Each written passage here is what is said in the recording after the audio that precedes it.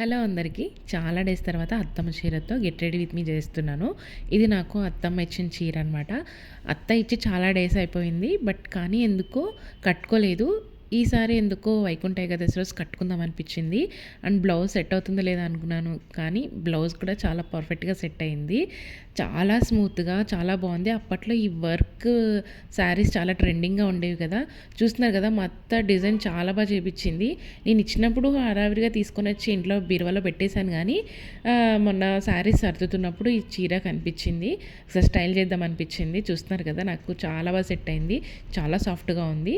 So, ఇంక నేనైతే సింపుల్‌గా ఇలా రెడీ అయిపోతున్నాను అనమాట. ఫస్ట్ ఆ చోకర్ పెట్టుకున్నాను. సెట్ కాలేదనిపించింది. తర్వాత నా దగ్గర ఉన్న బ్లాక్ బీడ్స్ చైన్ వేసేసుకున్నాను.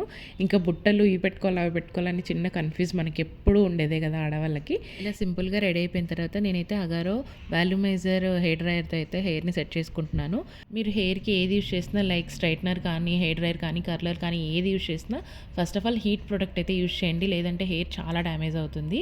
నేనైతే బీబ్లెంట్ వాళ్ళది యూజ్ చేస్తున్నాను అనమాట. నాకు చాలా బాగా వర్క్ అవుతుంది. లింక్ కావాలంటే నేను కామెంట్ సెక్షన్‌లో పిన్ చేస్తాను. And this is my final look. ఎలా ఉందో నాకు కామెంట్ సెక్షన్‌లో షేర్ చేసుకోండి. ఇలాంటి మరిన్ని వీడియోస్ కోసం మన ఛానల్‌ని ఒక లైక్, షేర్ అండ్ సబ్స్క్రైబ్ చేసుకొని సపోర్ట్ చేయండి ఫ్రెండ్స్.